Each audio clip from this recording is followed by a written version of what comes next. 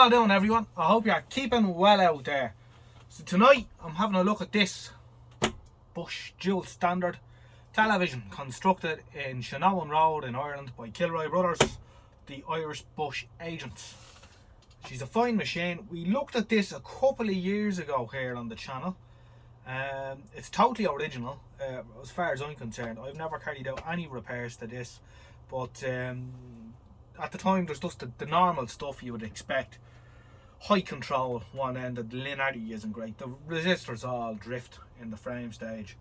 So at the time I said I'd like to keep it original, and I did, but it hasn't been switched on since. So that's going to be, I think, 3 years ago, maybe heading into 4 years ago. So tonight I said I'll bring it out. I've taken it off its stand. I have the original chrome stand for it as well, which is quite nice. And we bought this off an antique shop in a back lane in Dublin off Abbey Street, and we paid €35 for it on the day about 4 years ago, and we were very pleased with our purchase. Has a good tube in it. It was re-gunned, I think, 1981, so it was fairly late getting refurbished. I think she stems from 1972, so it was a 9-year-old set when I got the new tube fitted. She's VHF only, and it was used with a cable television system, which we'll have a look at now. So tonight I want to just run it up, see if it's developed any more issues in its hibernation. Shouldn't have. It's being kept in the house actually. It actually has to move out of the house, and that's why we have her here on the bench. And after this we'll be having a look at a TV161 in another video, which we also featured a few years ago on the channel. So tonight we're going to bring the camera in, give you a good look at it, because I'm sure there's an awful lot of people here on the channel now who weren't here at the time when we were looking at this. We were fairly small when we had this on the featured. It's in reasonable nick. Cabinet's not too bad. There's the odd little nick out of the veneer here and there, the odd little scrape, which you'd expect for a 50-year-old television, of course. The important thing is, funny enough, all the buttons are in good order. Usually these are damaged in some way or other. And we have the on-off knob, volume knob as well, which sometimes falls off through the course of its life. And you can see there's the odd scrape, but I never did anything with the cabinet. You know, a little bit of beeswax there is going to bring that right up. This is a nice nick too. It's plastic, of course, but it's actually painted. You can see here where the paint is chipped off, so it's painted sort of a brown colour, dark brown. So I'll spin it around and we'll get the back off. I'm trying to remember, I hope the line output transformer is in it, because out of all these I have a deficit of one transformer, because they're not reliable and they're being swapped from one set to another. So it could be gone missing. I can't remember. Could be in another one.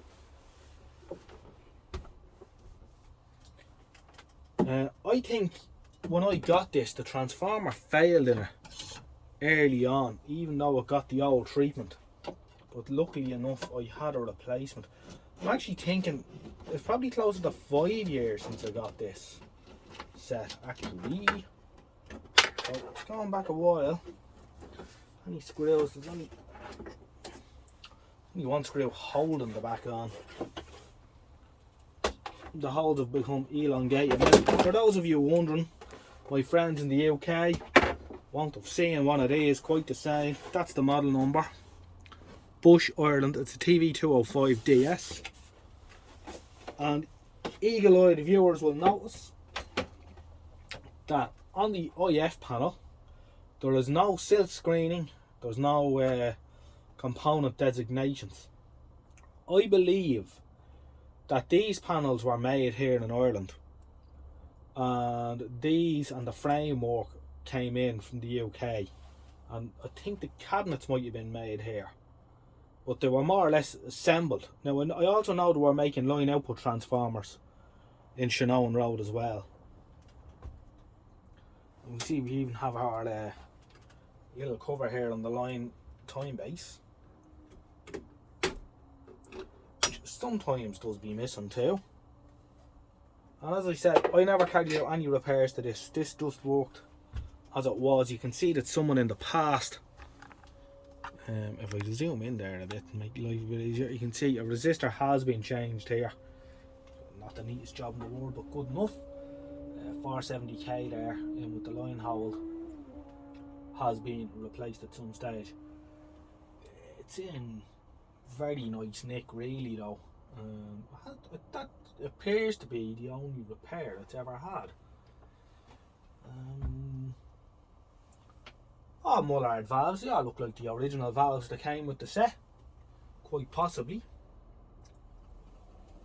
Mullard valves on the line output stage and that as well. So I think we'll just run it up on the Verdiac, not too slowly because we don't want to run up televisions too slowly, but I think if we run it up at a reasonable rate of knots, we should have some action.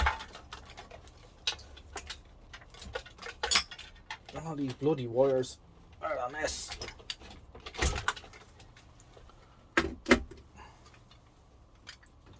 There's no plug on it, I never bother. Just actually, I'll just show you the sticker on the tube, the label on the back of the CRT. Let's try and jog my memory. I'm pretty sure this is the one with the re-gun in it.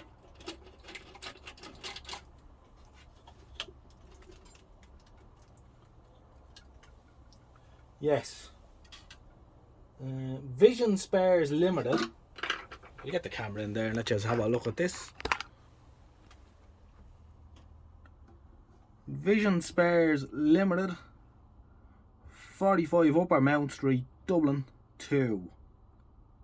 And the date is November 1980 was when she got her tube. You know, she was getting on a little bit then. But there was still a demand for such sets. Don't know if we'll be able to read off a date on the main smoothing block. Let's see if I can twist it around to where I can read it. Oh wait, I have a better idea. There's usually a couple of red electrolytics here that have the dates on them. April 1971 is the date on that one. And June 1970 on the IF panel. So that gives us a ballpark idea. She was probably constructed, you know, early to mid 1970s. Drop the screw out of the chassis. I dropped the 2 screws out of the chassis. That's typical. There's usually a little bit of cardboard or something there to hold them from falling out. Well, I'm sure we'll find it. Of course, these dual standard sets now are getting a little bit rare, thin on the ground, and they're starting to go for a few bob sometimes, depending on their condition, which is interesting. As I say, this is a VHF only set. It's not plugged in. If we look at the front, we can see that it has another set of labels beside the channel selectors. I'm going to zoom in here on the, so we can see we have UTV, BBC Two, RTV, radio television,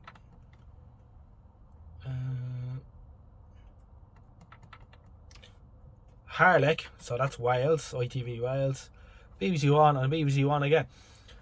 What they did was they had a cable companies, some of them had transponders, and they had large receiving arrays on tower blocks in Dublin and high buildings. You'd see these big huge aerial arrays going up to the sky, and they would distribute it on VHF. So that's why you've got BBC Two on VHF. A lot of people that I speak to in the UK don't believe that there was ever 625 lines on VHF, but there was indeed. Right, we will not gonna mess around with this too much. We're gonna go for gold, like switch the variac on. It's plugged in. Let's set that for around 60 volts. Switch on.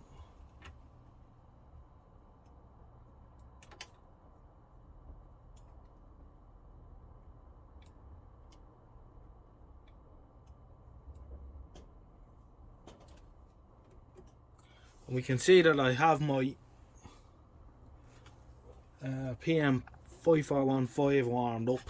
So I'll come to him in a minute. But for now we'll just switch on the set. Run it up, see what happens. We're at 50 volts. We'll run her up to about, let's bring it up to about 110, 120. Turn off the lights, see if you can see any valve heaters glowing.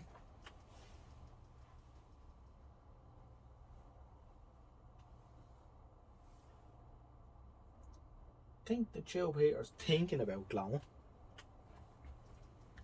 Let's go up another little bit. Yeah, we're about 140, 150. It's gonna start glowing, and I want to think about it soon.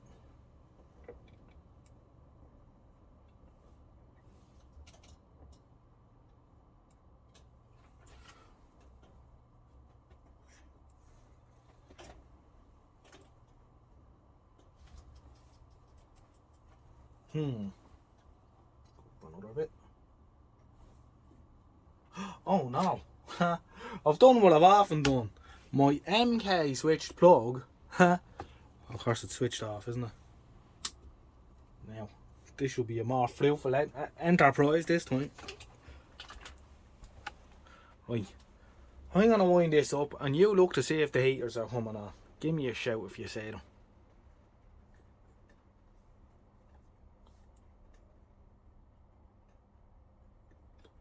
And it does, doing it this way, because it has a solid state rectifier off the mains, it just gives the electrolytic, the main smooth block, a chance to catch up rather than just banging it on.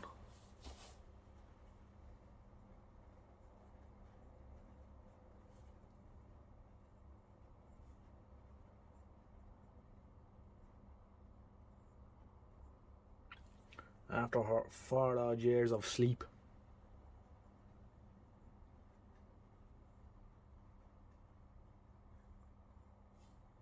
We're at 125, we're at 135 volts.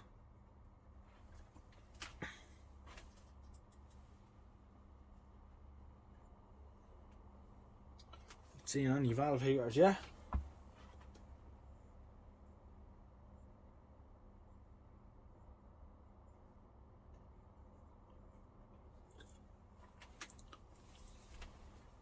I'm 70 odd now.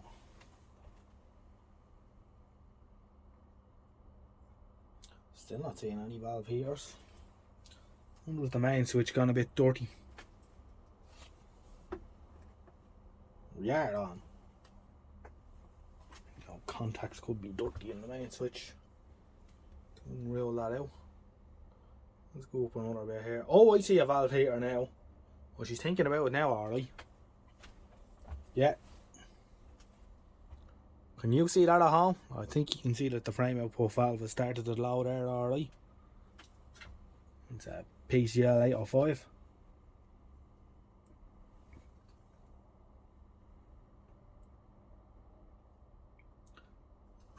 Now, I can't remember if this is in 625 or 405, but the system switch is disconnected. Because it was obviously just running 625 lines. In our last days.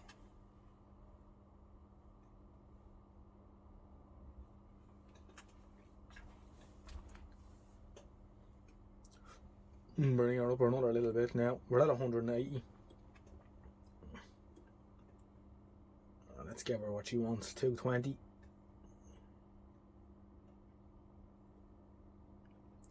There we are, 220. I'd like to hear the line output stage start soon enough now. This stage.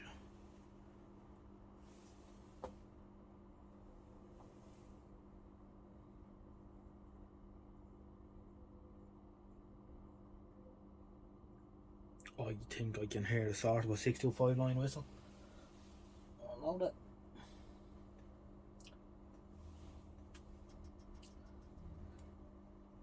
The EHC rectifier is not lit.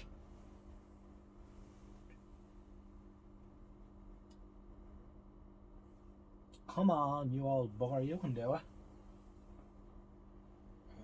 She's not going to though.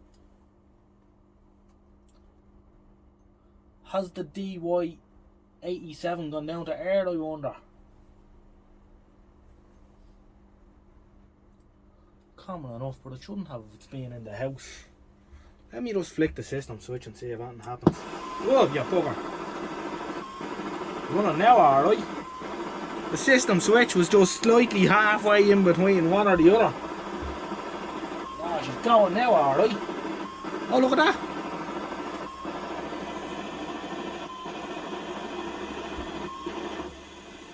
That noise is a lithium battery charger I have. Well, it's actually a universal battery charger. It does everything. Very handy bit of kit. But that's the noise it makes when it's chooching.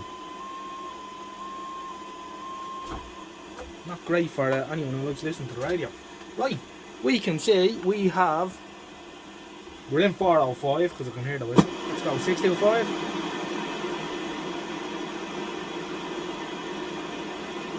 Looking good. Let's turn down the noise. Let's get an RF lead into it. Let's get some smoke on the screen. Right, so I managed to find a lead. I have the test card on here, test card C, because I can't find a remote control for my DVD player to select any other test card. However, VHF, so I'll bang in, let's go 55 megahertz, 055 input.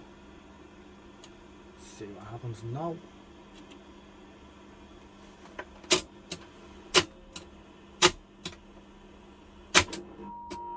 Oh, I think we're there.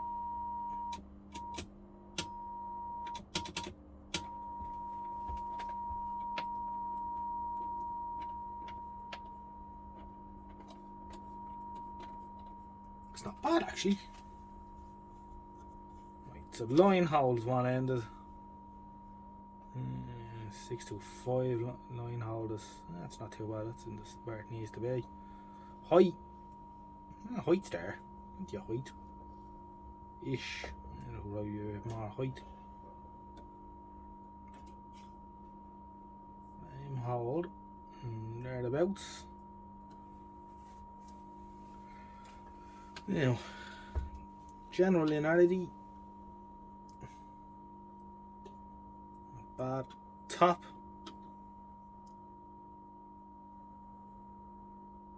So getting our linear and the height. Just not quite getting there. I'd say all these resistors around these controls are way out of whack. Yeah, linearity's out. Well, now it's way out at the bottom.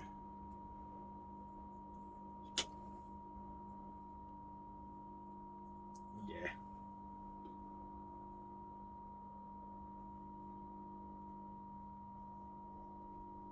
Not bad though.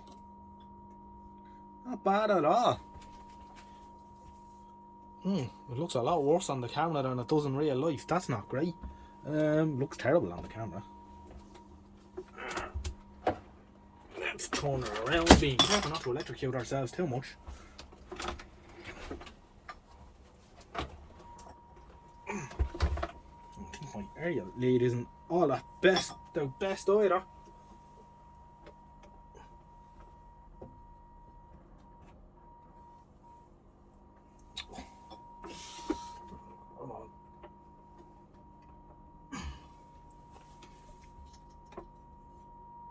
Ah, that's better. Contrast tone all the way down.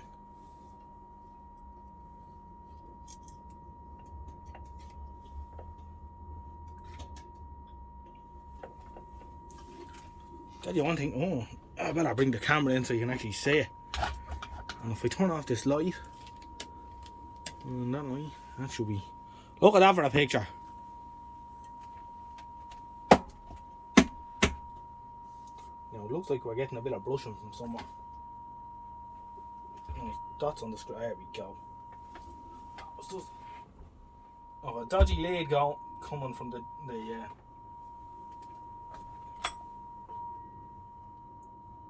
that's better.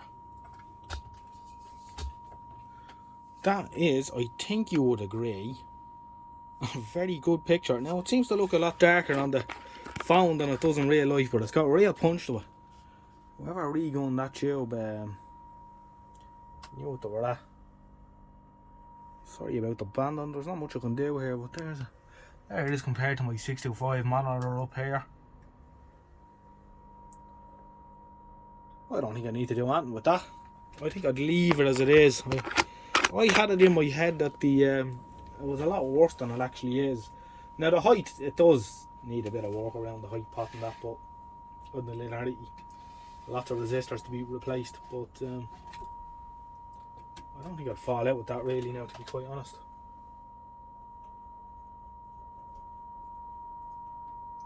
Bags of contrast in that tube. Real punchy.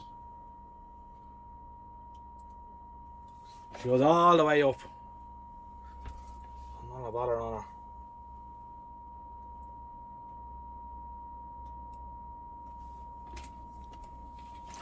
A very nice set. So I'm not doing any more with this, but I'm glad I hope you enjoyed this video. It's always nice to see an old Bush on the bench. They're lovely televisions. I'm very keen on Bush as a brand. Simple, reliable, well thought out. Right, we'll catch you again in the next one. Take it easy. Good luck for now. Bye bye.